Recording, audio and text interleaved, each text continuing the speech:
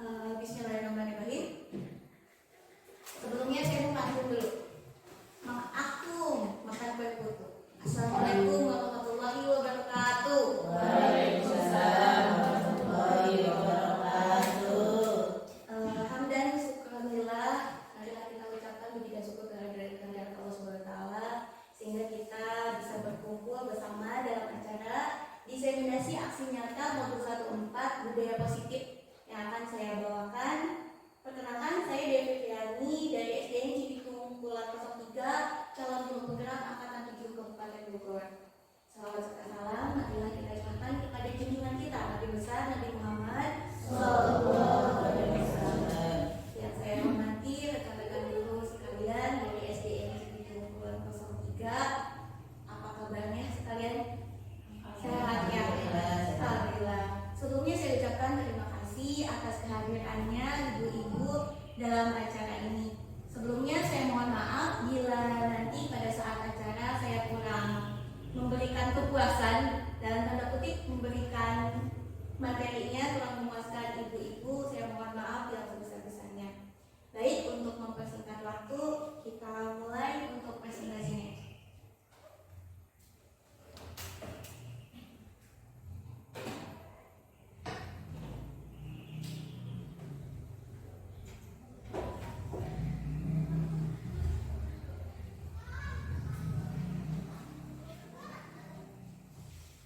Sebelumnya saya perkenalkan dulu.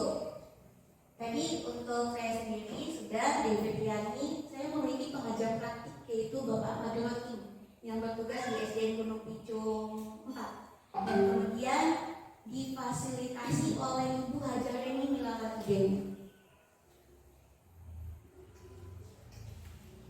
Nah, topik yang akan kita bahas di sini ada 6. Yang pertama mengenai disiplin positif dan nilai-nilai kebajikan yang universal. Yang kedua, teori motivasi, hukuman, penghargaan, dan restitusi. Yang ketiga, keyakinan kelas, kemudian kebutuhan dasar manusia dan dunia berkualitas. Yang kelima, tentang restitusi atau 5 posisi kontrol guru. Yang terakhir yaitu tentang segitiga restitusi. Selanjutnya, nah, untuk materi pertama yaitu tentang disiplin positif dan nilai-nilai kebajikan universal. Oke, di sini saya memberikan pertanyaan pemantik untuk Bapak Ibu, untuk Ibu-ibu. Silakan dibaca dulu pertanyaannya. Bukan pertanyaan ini ya. Ini pernyataan. Nanti silakan perwakilan dari Ibu-ibu boleh pilih di antara 3 pernyataan ini. Apakah menurut pendapat Ibu setuju atau tidak? Silakan. Kemudian silakan.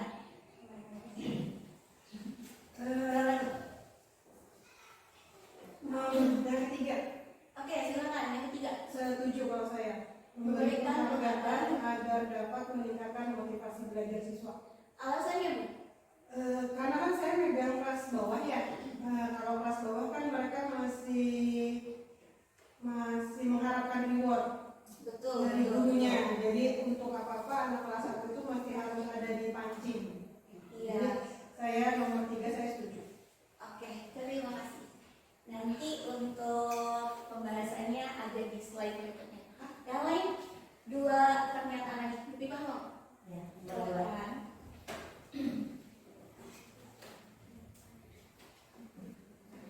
saya setuju dengan pemberian dukungan dengan hal positif seperti membaca atau membersihkan halaman sekolah dapat meningkatkan disiplin anak. Ya, karena dengan membaca mungkin anak akan terbiasa setiap hari. Kalau misalnya anak kurang dalam membaca, otomatis pasti anak akan kurang untuk membacanya. Kalau misalnya untuk pemberian dukungan hal seperti itu tidak ada kekerasan. Jadi untuk meningkatkan motivasi belajar anak itu untuk membersihkan halaman juga sama ya. Untuk kebersihan sekolah juga dapat meningkatkan disiplin anak dalam hal pembelajaran di sekolah. Jadi saja. Iya. Luar biasa. Terima kasih Bu Pipa dan Bu Dian. Satu lagi. Boleh tidak setuju juga tidak apa-apa.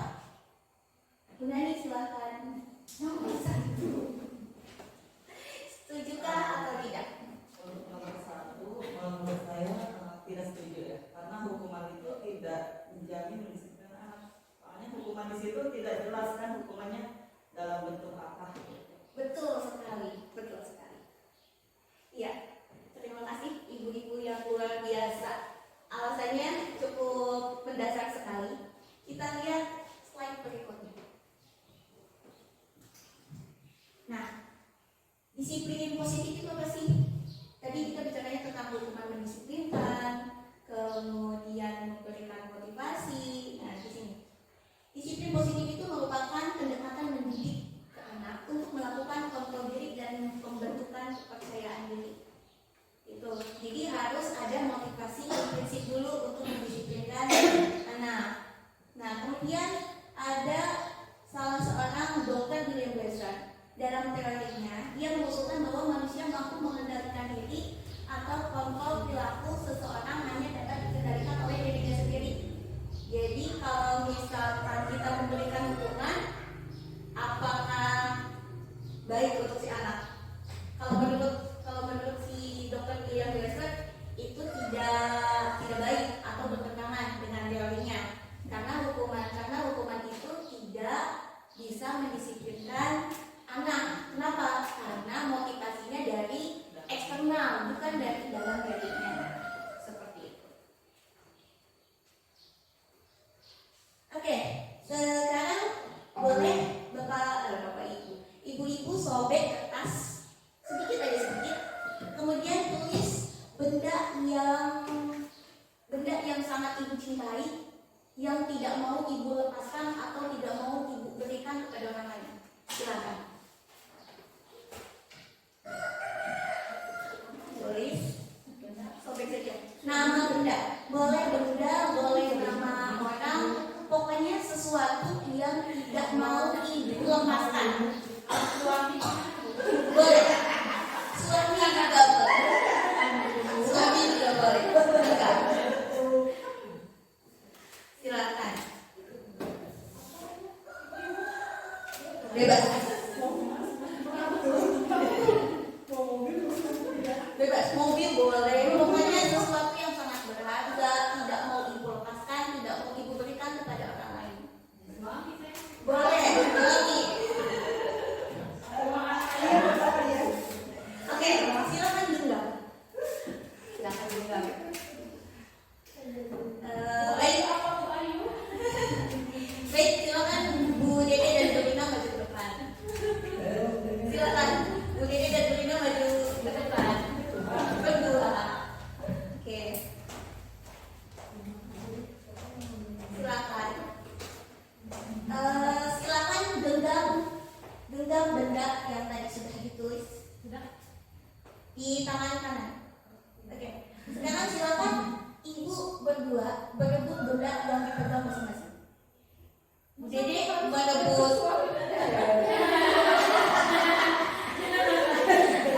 Tidak, seandainya bukan berebut itu. Seandainya, ayo Terina. Kalau misalkan Terina mau berebut suami Bu Dede, kira-kira Bu Dede seperti apa? Apa mau dilepas?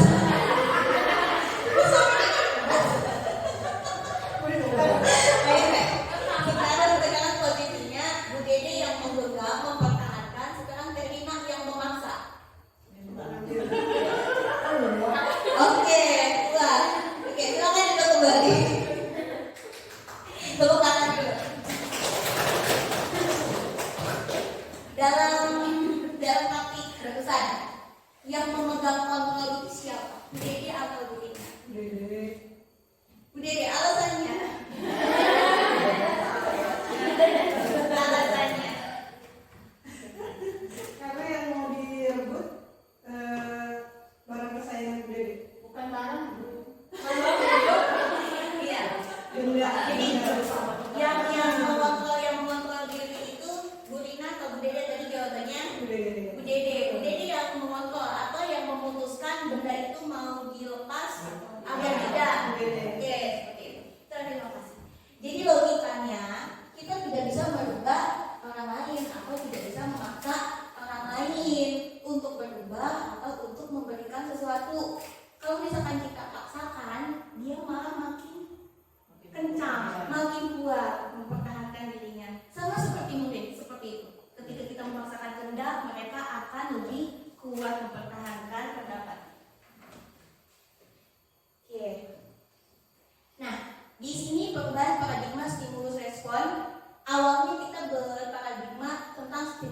merespon. Namun sekarang sudah ada perubahan tentang teori kontrol atau teori pilihan. Nah, siapa sesungguhnya yang memiliki kontrol? Ini perubahan paradigma pembelajaran sebelumnya dan sekarang. Dulu kita mencoba mengubah orang agar berpandangan sama dengan kita. Maksa. Urangmu pendapatnya kieu, mana dia besar wajib urang gitu. Nah, untuk sekarang kita tidak bisa memaksakan seperti itu. Justru kita harus berusaha memahami pandangan orang lain tentang dunia. Jadi kita harus memiliki pandangan yang luas, tidak hanya memiliki satu pandangan atau satu sisi. Kemudian, perilaku buruk dilihat sebagai suatu kesalahan. Ketika ada siswa melakukan perilaku buruk, kita selalu menganggap mereka salah. Siswa ini salah, udah berlaku buruk. Oh tidak seperti itu. Sekarang paradigmanya, semua perilaku yang siswa lakukan itu memiliki tujuan. Itu yang harus kita sadari. Kemudian, orang lain bisa mengontrol saya. Tidak. Tapi hanya kita yang bisa mengontrol diri sendiri. Seperti itu. Kemudian, saya bisa mengontrol orang lain. Di sini juga tidak berlaku. Tapi Anda tidak bisa mengontrol orang lain. Jadi kita sama-sama tidak bisa mengontrol, hanya bisa mengontrol diri sendiri. Kemudian pemaksaan ada pada saat bujukan gagal. Ketika kita membujuk, nah ngaku ya, si anaknya diam, tidak merespon. Lama-lama sasa mual. Nah di situ sudah ada unsur pemaksaan, seperti itu. Itu juga termasuk paradigma yang lama, sudah tidak berlaku lagi. Nah, lalu bagaimana kalau pandangan sekarang? Sekarang itu kita harus berkolaborasi. Kolaborasinya seperti apa? Sebelum kita meminta anak-anak, tentu saja kita juga harus mencontohkan terlebih dahulu. Yang terakhir, model berpikir menang kalah.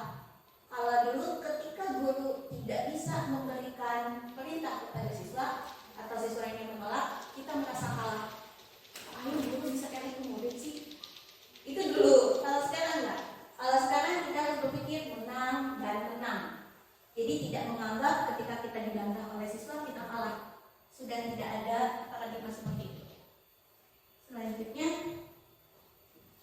nah di sini kita tidak boleh mengontrol murid. Itu hanya ilusi. Kemudian kritik dapat membuat orang merasa bersalah dan menguatkan karakter tidak. Ketika kita mengkritik siswa dan membuat orang merasa bersalah, itu justru merupakan ilusi. Kemudian semua penguatan positif, efektif dan bermanfaat tidak juga. Kenapa? Nanti dibahas pada slide berikutnya. Kemudian orang dewasa memiliki hak untuk memaksa. Ini apa lagi? Tidak.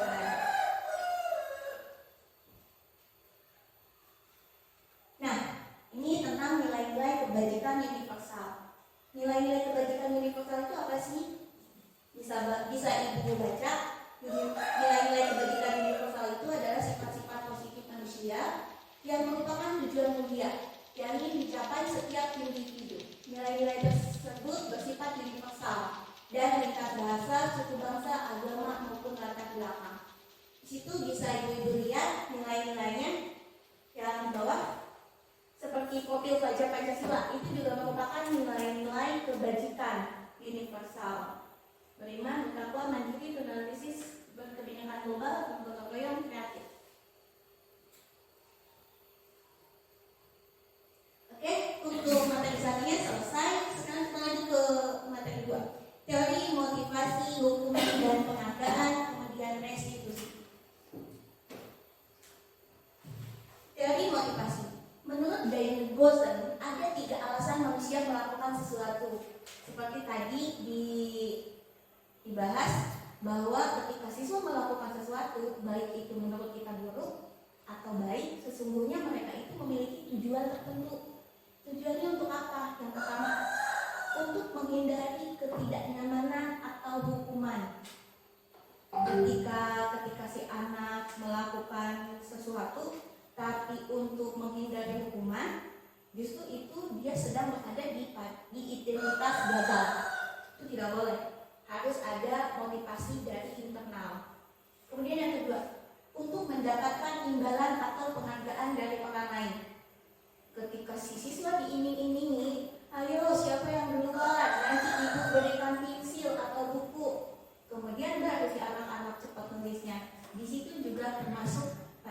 identitas gagal. Seperti itu. Yang ketiga, untuk menjadi orang yang mereka inginkan sesuai dengan nilai-nilai yang diyakini. Nah, ini yang menjadi tujuan kita sesungguhnya. Mereka harus menjadi orang yang sesuai dengan nilai-nilai yang diyakini. Nilai-nilai yang mana? Nilai-nilai yang tadi, nilai-nilai kebajikan. Jadi untuk yang nomor 1 dan nomor 2 itu motivasinya eksternal. Dia berada pada identitas gagal. Nah, ini yang tadi saya jelaskan bahwa hukuman dan penghargaan itu sebetulnya merupakan identitas gagal. Kenapa? Karena motivasinya eksternal, bukan dari dalam diri siswa. Selanjutnya, ini yang dimaksud dengan penghargaan yang menghukum. Dihukum oleh penghargaan. Kenapa sih? Kok dihargai tapi masuknya ke dalam hukuman? Ternyata ketika kita terlalu sering memberikan penghargaan kepada siswa, siswa itu jadi ketergantungan. Ketika setiap hari kita memberikan hadiah, ketika si anak satu hari saja tidak diberikan hadiah, si anak akan kembali kepada identitas gagal. Jadi dia tergantung pada penghargaan. Kemudian penghargaan itu bersifat pendek, jadi tidak permanen, hanya sebatas atau hanya selama kita memberikan penghargaan seperti itu. Kemudian penghargaan itu merusak hubungan, karena tidak mungkin kita memberikan penghargaan kepada seluruh siswa. Ketika ada satu siswa yang tidak mendapatkan penghargaan, ada kecemburuan sosial dalam dirinya. Di situ kenapa penghargaan itu disebut sebagai hukuman. Ini lanjutan yang tadi. Oke, bentuk program kebajikan. Nah, lalu bagaimana ketika kita akan memberikan apresiasi atau pengakuan? Nah, di sini ini yang harus kita berikan atau treatment kepada siswa. Yang pertama, beri pengakuan secara khusus. Secara khusus itu jadi tidak di depan anak-anaknya. Kemudian beri pengakuan secara pribadi. Terus pengakuan kepada semua murid. Semua murid juga harus mendapatkan pengakuan. Yang keempat, kita harus memberikan pengakuan itu secara konsisten. Jadi untuk sakapun seperti itu. Dan fokus pada proses. Ketika kita sudah melakukan sesuatu, kita jangan berharap pada hasilnya terlebih dahulu, tapi fokus pada proses untuk memberikan pelayanan kepada siswa. Ini contoh-contohnya. Contoh-contoh kalimat yang harus kita berikan kepada siswa pada saat kita memberikan apresiasi. Kemarin saya perhatikan rasa empatimu besar sekali. Nah, seperti itu.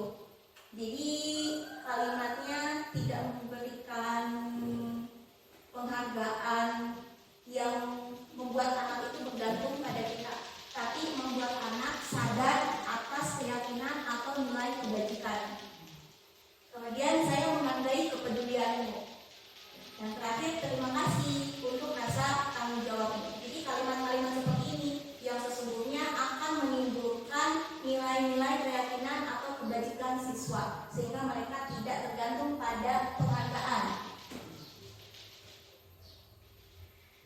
Silakan dibuka handphonenya. Di sini ada apa ya? Exercise lah. Silakan. Ini alamatnya.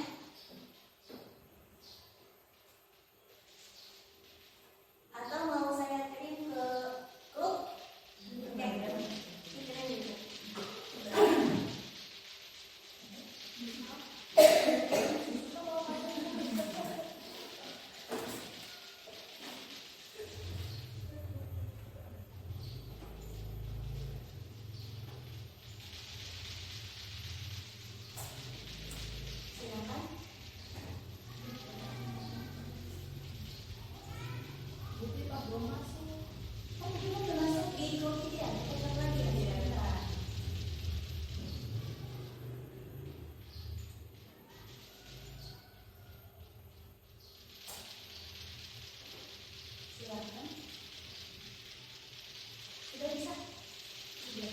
Ada.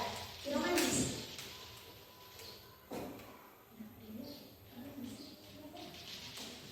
Silakan diisi. Ini Pak bisa masuk.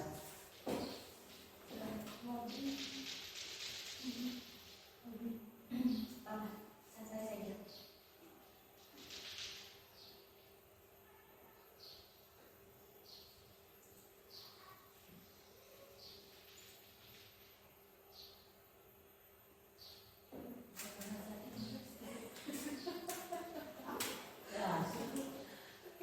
Belum masuk bahasa Inggris kenapa ya? Apanya bahasa Inggris? Bentar.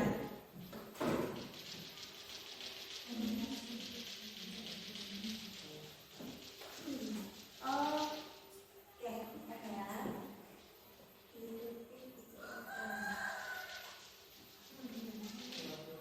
Ya, silakan keluar dulu.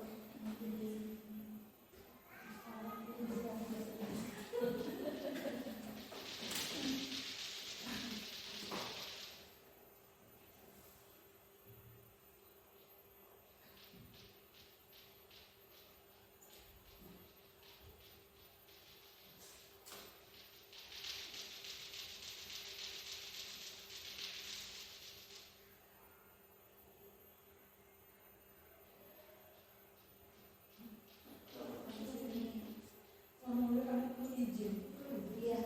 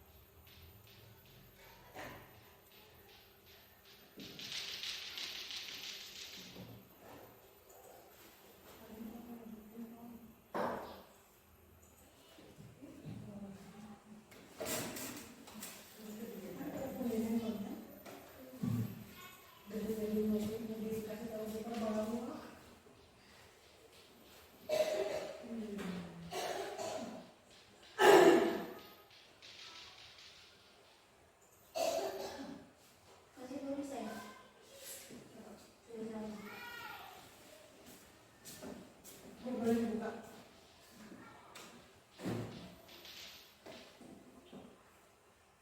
Atau mau kita isi di sini saja langsung? Boleh, gitu aja. Boleh ya? Oke. Untuk nomor 1, silakan dibacakan. Yang mau membacakan silakan. Bacain sih, Pak. Silakan sih Pak. Bacain aja yang kita yang Dibacakan. soalnya kita kagak ada yang baca. Mencatat 100 kali di dalam buku kalimat, saya tidak akan terlambat lagi karena terlambat ke sekolah. Silakan. Sanksi, konsekuensi atau hukuman. Sanksi atau hukuman. Mencatat 100 kali di dalam buku kalimat saya tidak akan terlambat lagi. Hukuman. Hukuman apa? Hukuman. Oke. Kita klik. Hukuman. Sip. 10 poin. Kemudian yang kedua. Lari mengelilingi lapangan basket 2 kali karena terlambat hadir di sekolah. Sanksi atau hukuman? Sanksi. Kenapa sanksi? Hukuman sih ya kayaknya. Hukuman atau sanksi? Kayaknya sih konsekuensi ya. Apakah dulu Hukuman.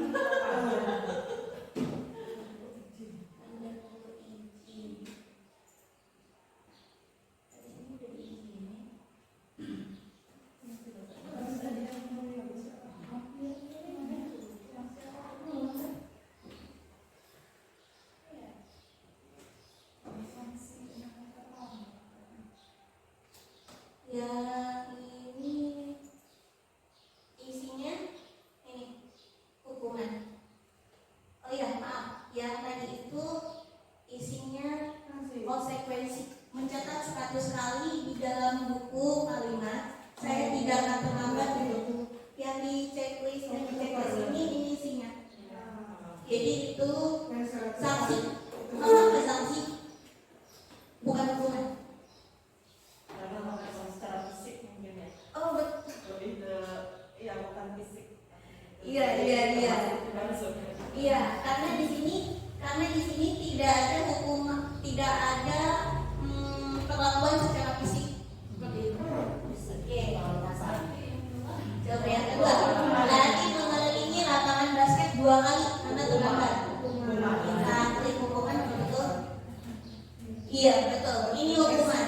Karena di sini ada yang menjadi korban. Membersihkan coretan yang dibuatnya di meja tulis. Sanksi. Kita klik. Tanggung jawab dong dia kan. Itu dia yang bersihin. Betul, sanksi. Kemudian murid diminta untuk push up 15 kali karena tidak menggunakan masker ke sekolah.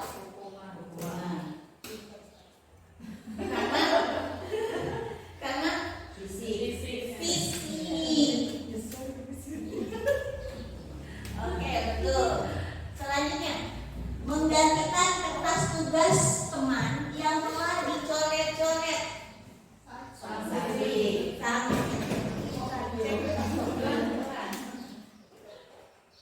Betul, jawabannya sanksi. Selanjutnya, berjemur di lapangan basket pukul 12 karena mengobrol dengan teman.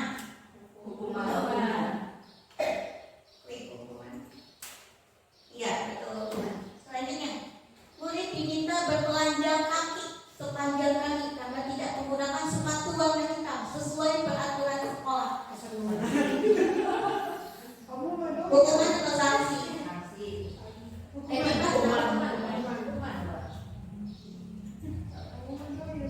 Betul, hukuman.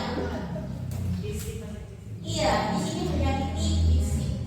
Kemudian hanya sepihak. Jadi tidak ada kesepakatan terlebih dahulu. Dia secara spontan. Ayo buka sepatunya. Kemudian berdiri di depan kelas sambil mengangkat kaki satu karena tidak menjawab pertanyaan. Hukuman. Bukan sanksi. Hukuman. Betul. Kemudian kehilangan 10 menit jam istirahat untuk mengerjakan tugas karena terlambat datang dan tertinggal pelajaran selama 10 menit. Sanksi.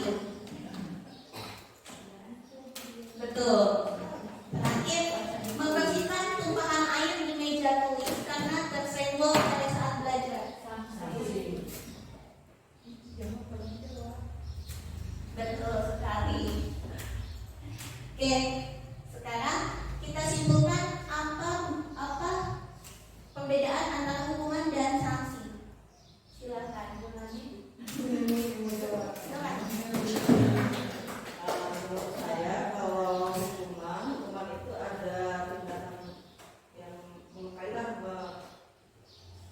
fisik, jadi ke fisik gitu. Misalnya tadi berjemur seperti itu, terus mengangkat kaki, kemudian sepatu itu termasuk ada ke fisik lah, gitu, ke fisikan.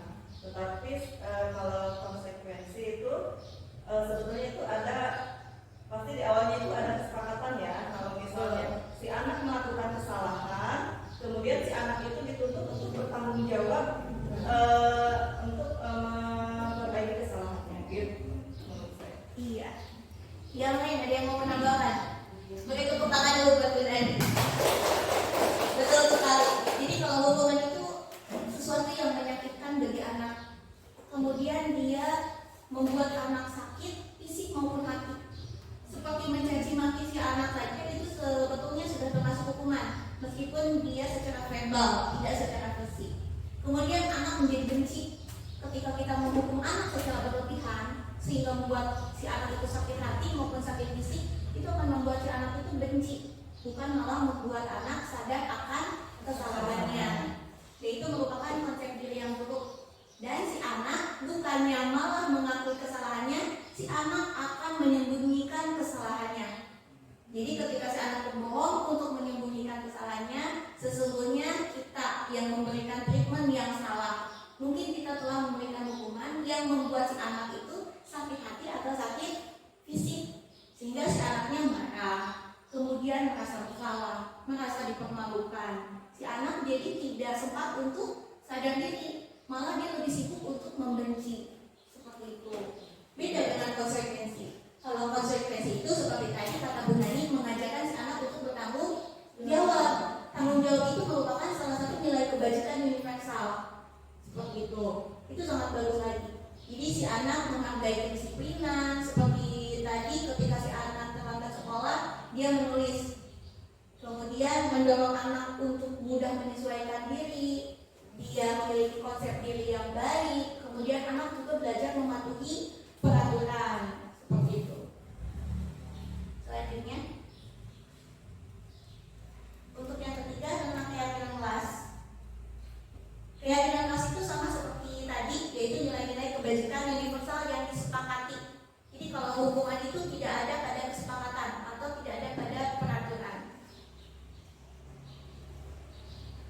Nah, di sini kita sebagai guru diwajibkan untuk membuat suatu keadaan atau budaya positif di sekolah. Caranya bagaimana? Caranya dengan cara membuat peraturan di kelas, kemudian keyakinan kelas. Keyakinan kelas itu apa? Keyakinan kelas dengan peraturan kelas beda. Kalau peraturan kelas, dia secara tertulis dan biasanya disahkan oleh kepala sekolah. Tapi kalau keyakinan kelas itu disepakati oleh siswa dan murid atau gurunya, siswa dan gurunya. Kalau kita mau menanamkan nilai apa nih supaya kita bisa menciptakan suasana positif di kelas, seperti itu. Kemudian akan timbul lingkungan positif sehingga akan menumbuhkan budaya yang positif. Caranya bagaimana? Caranya seperti ini. Ini ada tabel T dan Y. Kalau misalkan ibu-ibu mau membuat keyakinan kelas, caranya seperti ini dengan membuat tabel T dan Y.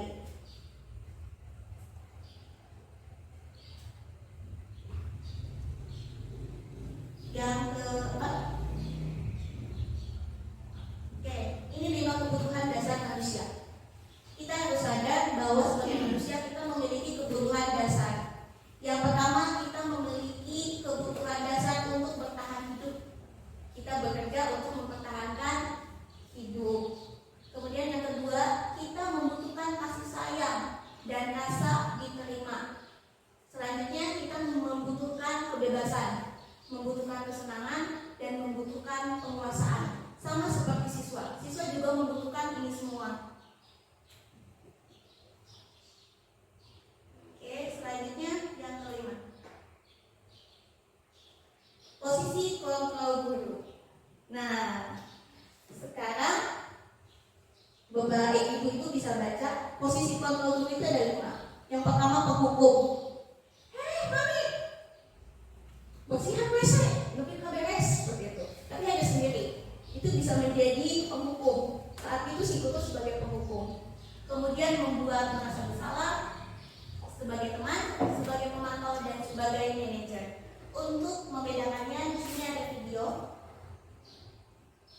Ibu-ibu silakan simak video berikut ini.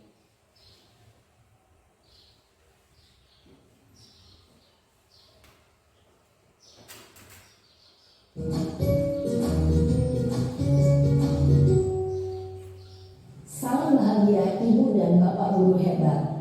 Dalam penerapan disiplin positif restitusi, salah satu program yang dikembangkan adalah 5 posisi kontrol. 5 posisi kontrol dalam restitusi adalah proses perjalanan seorang pendidik agar dapat mengenali dirinya. Pada video kali ini, kita akan membahas tentang 5 posisi kontrol yang dikembangkan oleh Diane Dawson dan contoh penerapannya.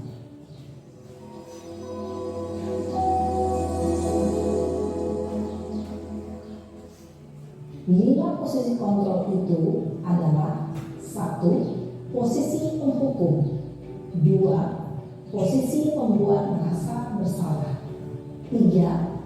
Posisi teman, 4. Posisi pemantau atau monitor, dan 5. Posisi manajer. Untuk lebih memahami kelima posisi tersebut, Mari kita saksikan kasus Naren yang terlambat hadir 20 menit di sekolah dan melihat bagaimana kelima posisi kontrol dalam menghadapi masalah tersebut. Silakan dilihat ibu-ibu. Di sini kasusnya si Naren namanya. Nah ini si Naren. Dia terlambat 20 menit ke sekolah. Ini dikumpul tiketnya. Nan, sini kamu. Selamat pagi Bu. Selalu terlambat. Kamu deh, pasti terlambat. Maaf Bu, saya Apa? Apa coba? Alasan kamu apa lagi? Ada yang merasa seperti Kenapa ini. sih kamu tidak terlambat? Malas sekalian kamu jadi anak. saya Dasar pemalas. Gak kapok-kapok sih kamu. Sudah berapa kali terlambat? Sana, kamu keliling lapangan basket 2 kali. kenapa saya harus ke lapangan basket Bu? Kenapa? Kamu melawan ibu. Berani-beraninya jawab. Sudah terlambat, masih berani jawab pula. Sekarang, keliling lapangan basket 5 kali sekalian. Biar kapok. Cepat. Pergi sana ke lapangan basket. Nah, Posisi itu biasanya berbicara dengan nada tinggi, menghardik, menunjuk-nunjuk, menyakiti, dan menyindir. Hukuman bisa berupa fisik maupun psikis. Ibu dan bapak guru hebat. Dampak yang terjadi pada murid ketika guru berada pada posisi pemukul adalah murid cenderung akan memberontak, bahkan menyimpan dendam. selanjutnya posisi pembuat merasa bersalah.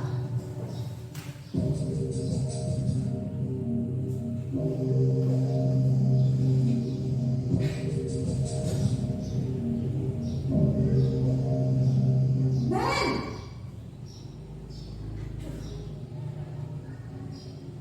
Selamat pagi Bu. Naren. Kamu kenapa terlambat lagi, nak? Ya Tuhan, Naren. Kamu senang ya bikin ibu susah ya?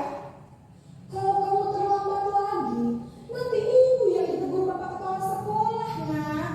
Disangka ibu tidak bisa membina kamu. Duh, gimana ini? Maaf Bu. Duh, Gusti Naren. Kamu suka ya kalau ibu ditegur bapak kepala sekolah? Kayaknya lebih cocok sama Bu Terus, Naya kali ini. sekarang ibu harus tulis apa yang di buku absen?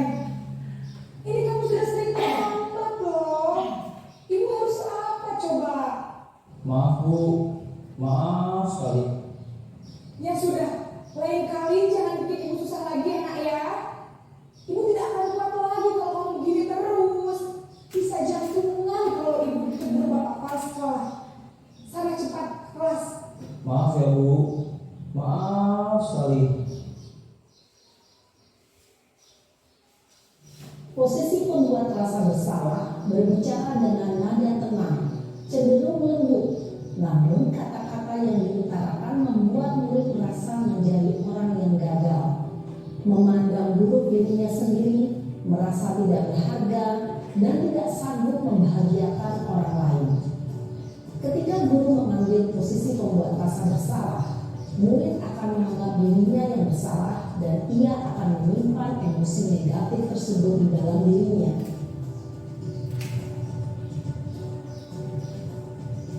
Yang ketiga posisi sebagai teman.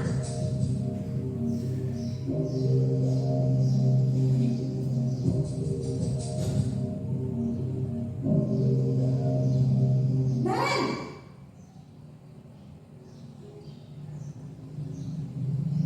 Selamat pagi Bu. wah, sudah jam berapa ini nak? Terlambat lagi ya sayang. Iya Bu. Tadi ibu saya udah bangunkan saya Bu. Kamu malah menyalahkan ibu kamu. Kamu bukannya anak yang larinya paling kencang. Kok terlambat sih? Iya Bu. Saya memang terlambat bangun tadi. Jadi biarpun saya lari kencang, tetap gak kencang Bu. Ya sudah sana, Nanti lain kali larinya lebih kenceng lagi ya, biar gak terlambat lagi. Bikin seneng ibu, demi ibu. Bisa kan? Bisa lah Bu. Ya sudah, sana masuk kelas.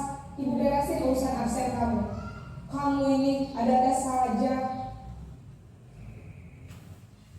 Dalam posisi teman, guru berbicara dengan nada suara ramah, akrab, cenderung bersenda gurau untuk menjaga suasana tetap santai. Murid akan merasa senang, aman, dan akrab dengan guru. Identitas yang tercipta adalah identitas sukses atau berhasil. Namun, perlu diingat, karena ini masih dorongan eksternal, maka ada faktor ketergantungan dari murid kepada orang tertentu. Di sini guru aksennya, sehingga di lain waktu murid bisa berperilaku baik, namun hanya kepada orang-orang tertentu saja. Selanjutnya posisi keempat, pemantau atau monitor.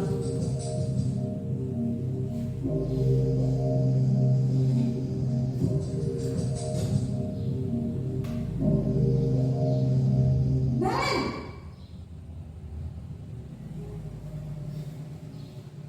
Selamat pagi Bu. Naren, apa peraturan sekolah kita tentang jam berapa kita harus masuk sekolahnya? Kita harus di sekolah jam 7 Bu. Iya betul, sekarang sudah jam 7.20. Naren sudah tahu konsekuensinya jika terlambat hadir. Paham Bu. Saya harus tinggal kelas pas jam istirahat selama 20 menit. Iya benar, konsekuensinya demikian. Jadi nanti jam 9.30 pas istirahat, kamu harus tinggal di kelas, kerjakan tugas tambahan untuk ketertinggalan kamu, ya? Baik Bu. Posisi pemantau mengandalkan penghitungan atau data untuk mengontrol murid. Guru mengarahkan murid berdasarkan peraturan dan konsekuensi. Seorang pemantau menunjukkan bahasa tubuh dan ekspresi wajah yang datar dan cenderung formal. Yang kelima, posisi manajer. Ini posisi yang paling baik.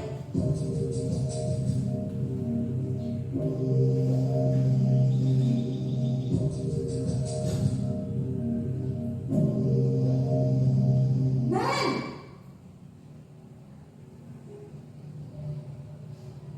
Selamat pagi Bu. Selamat pagi Naren. Maaf Bu, saya terlambat. Iya, sekolah masuknya jam 7, sekarang sudah jam 7.20. Jadi sekarang bagaimana ini Naren? Maaf Bu, saya lupa setel alarm saya semalam. Baiklah, menurut kamu, keyakinan sekolah yang mana yang perlu kamu tingkatkan? Menghargai diri sendiri dan orang lain mungkin ya Bu. Setuju. Jadi, apakah Naren meyakini prinsip saling menghormati tersebut? Iya Bu, saya meyakininya. Apakah Naren bersedia memperbaiki masalah keterlambatan ini? Bersedia Bu. Bagaimana kamu akan perbaiki masalah keterlambatan ini? Saya akan coba untuk tidak lupa menyetel alarm saya Bu. Baik, kalau Naren lupa menyetel alarm di rumah, ada orang yang kira-kira bisa bantu mengingatkan tidak? Ada Bu, kakak saya, Kak Emma. Ada lagi selain Kak Emma? Selain Kak Emma, ada ibu saya. Baik, jadi yang mengingatkan Naren adalah Kak Emma dan ibu kamu ya? Kira-kira akan mulai setel alarm kapan nih Naren? Setelah pulang sekolah, akan segera saya lakukan. Baik, jadi Naren akan setel alarm untuk bangun besok pagi dan akan diingatkan oleh kakak dan ibu dan Naren ya. Ada lagi yang mungkin perlu dilakukan Naren agar tidak terlambat bangun lagi? Tidak ada Bu. Baik Naren, terima kasih untuk kerjasama kamu. Sekarang kamu perlu kembali ke kelas untuk belajar. Baik Bu, terima kasih. Posisi manajer adalah posisi kontrol yang disarankan untuk membimbing murid memiliki sikap disiplin yang positif, yaitu murid yang mandiri, bertanggung jawab, dan dapat memecahkan masalah. Tujuan dari posisi ini adalah agar murid dapat berefleksi atas tindakannya. Guru akan dengan tulus memberikan pertanyaan-pertanyaan bermakna sehingga membuat murid dapat belajar dari kesalahannya dan mencari sebuah solusi untuk menyelesaikannya. Ibu dan Bapak guru hebat, setelah mengamati adegan kelima posisi kontrol tadi, kira-kira posisi mana yang paling ideal? Posisi mana yang dapat menunjang motivasi intrinsik murid? Ya, tentu posisi manajer. Posisi ini memang posisi ideal yang ingin dituju setiap pendidik. Pada posisi inilah, guru dapat menerapkan disiplin positif yang berpihak pada murid, yang memerdekakan murid. Perjalanan seorang pendidik tentunya tidak mudah untuk sampai pada posisi seorang manajer. Namun, tujuan kita pasti, yaitu menciptakan murid-murid yang mandiri, merdeka, dan bertanggung jawab. Semoga penggambaran 5 posisi kontrol yang telah diperlihatkan ini dapat menjadi ajar refleksi bagi kita semua, agar dapat terus mengasah dan menerapkan disiplin positif yang memerdekakan murid. Mari terus berlatih dan bersemangat. Selamat menerapkan. Salam dan bahagia Ibu dan Bapak guru hebat. Bagaimana Bapak Ibu sudah bisa menilai diri sendiri sekarang kita sudah berada di posisi kontrol yang mana?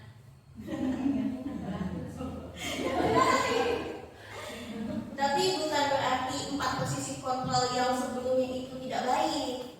Itu hanya pilihan.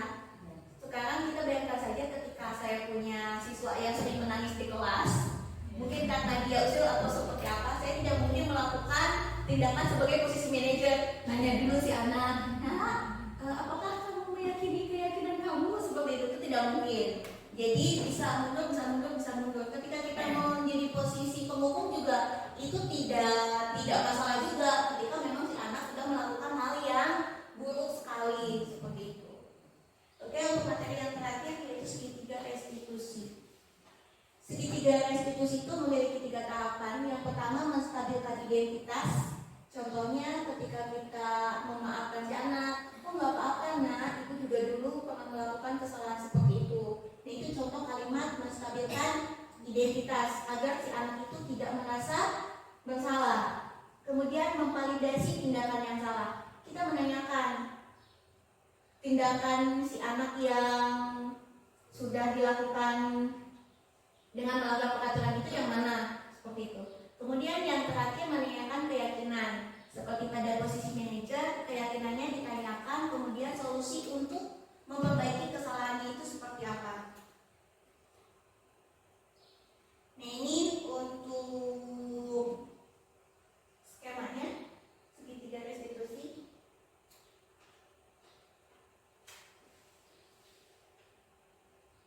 Ini bisa dibaca sama ibu-ibu. Ini kalimat-kalimat untuk menstabilkan identitas ketika si anak itu melakukan kesalahan. Ketika kita ingin menstabilkan identitas, kita dapat mengucapkan kalimat berbuat salah itu hal yang manusiawi. Tidak ada manusia yang sempurna. Bapak Ibu juga pernah membuat kesalahan, yaitu kalimat menstabilkan identitas. Kemudian memvalidasi kesalahannya atau memvalidasi kebutuhannya. Di sini ini ada kalimatnya. Kamu bisa saja melakukan hal yang lebih buruk, tapi kamu tidak melakukannya. Seperti itu. Yang lainnya bisa ibu baca. Yang terakhir menanyakan keyakinan. Contoh kalimatnya yaitu apa nilai yang tidak percaya di kelas atau sekolah kita. Kemudian nilai-nilai universal apa saja yang telah kita sepakati. Seperti itu. Ke bawahnya juga bisa ibu-ibu baca. Oke, materinya selesai. Sekarang untuk kegiatan terakhir yaitu refleksi. Yang pertama, hal baru apa yang mengubah paradigma ibu-ibu atau yang ibu dapatkan dari materi hari ini? Silakan. Udah deh, silakan. Boleh menjawab yang mana saja?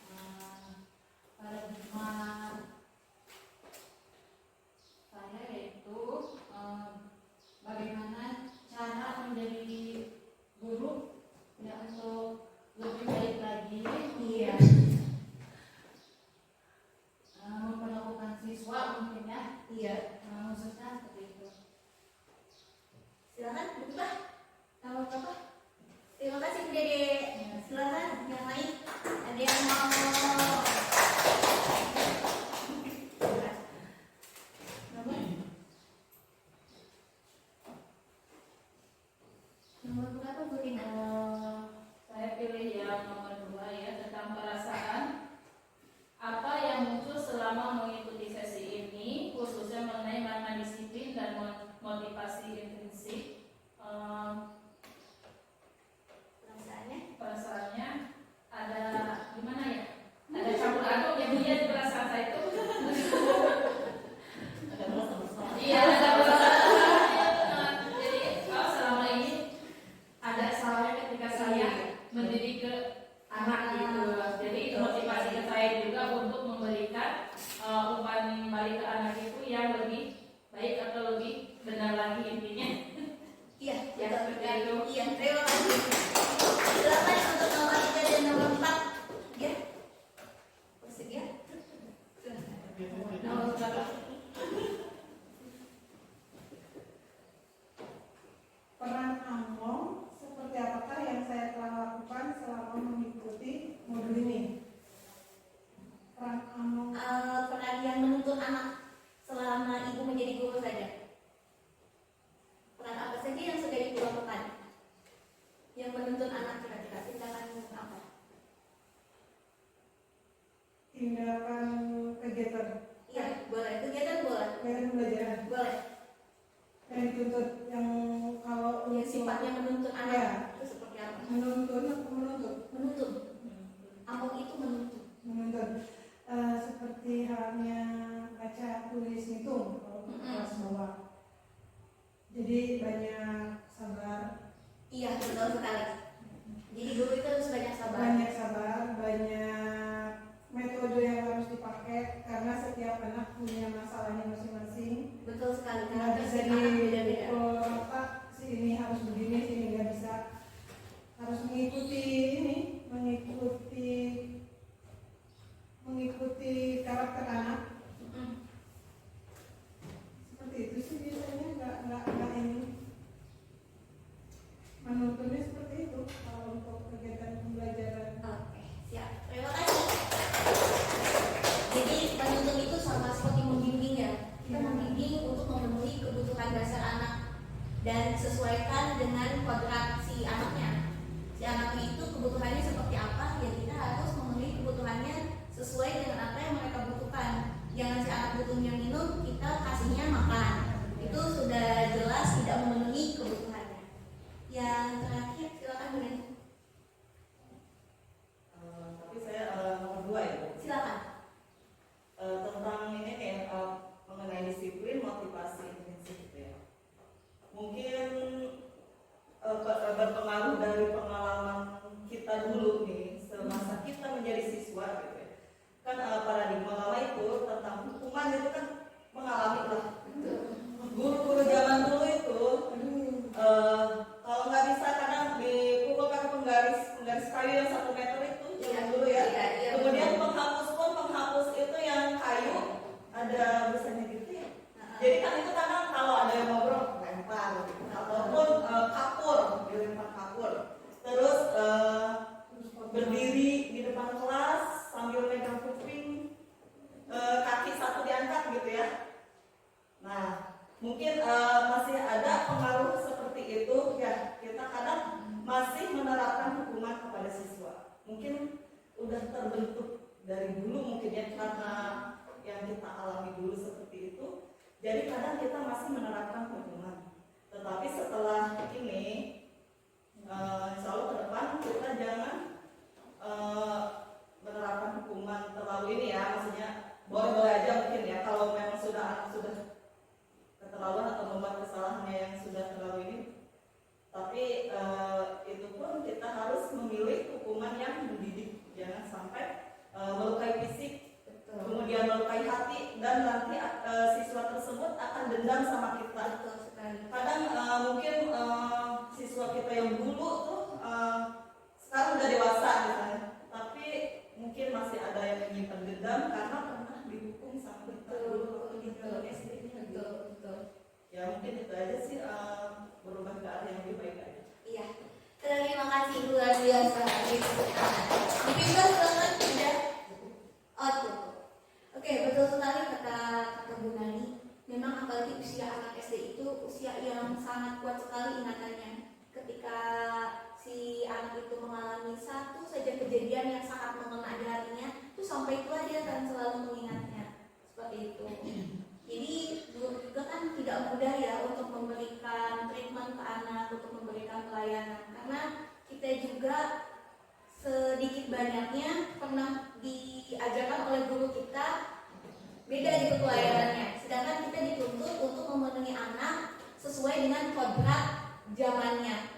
Kita dididik pada zaman dahulu, sekarang kita diminta untuk memberikan pelayanan kepada anak sesuai dengan kodrat zaman sekarang. Nah, disitulah guru dituntut untuk terus mengeksplorasi dan mengupgrade kompetensinya sebagai pendidik. Seperti itu. Sekian, terima kasih. Guru Bergerak Indonesia Maju. Oke, untuk penutup silakan saya minta satu orang, mungkin Pak sebagai guru agama bolehlah berdoa, atau statement close lah untuk menutup acara ini. Silakan, boleh doa, boleh kritik, boleh saran, bebas. Silakan. Alhamdulillahirrahmanirrahim. Setelah kita saksikan di seminasi ini ya, mudah-mudahan apa-apa yang telah kita saksikan sekarang ini bisa menjadi guru-guru yang lebih baik lagi, yang lebih maju lagi untuk memajukan anak-anak bangsa, mencerdaskan anak-anak bangsa, dan hal-hal yang tidak kita inginkan dalam pembelajaran mudah-mudahan kita bisa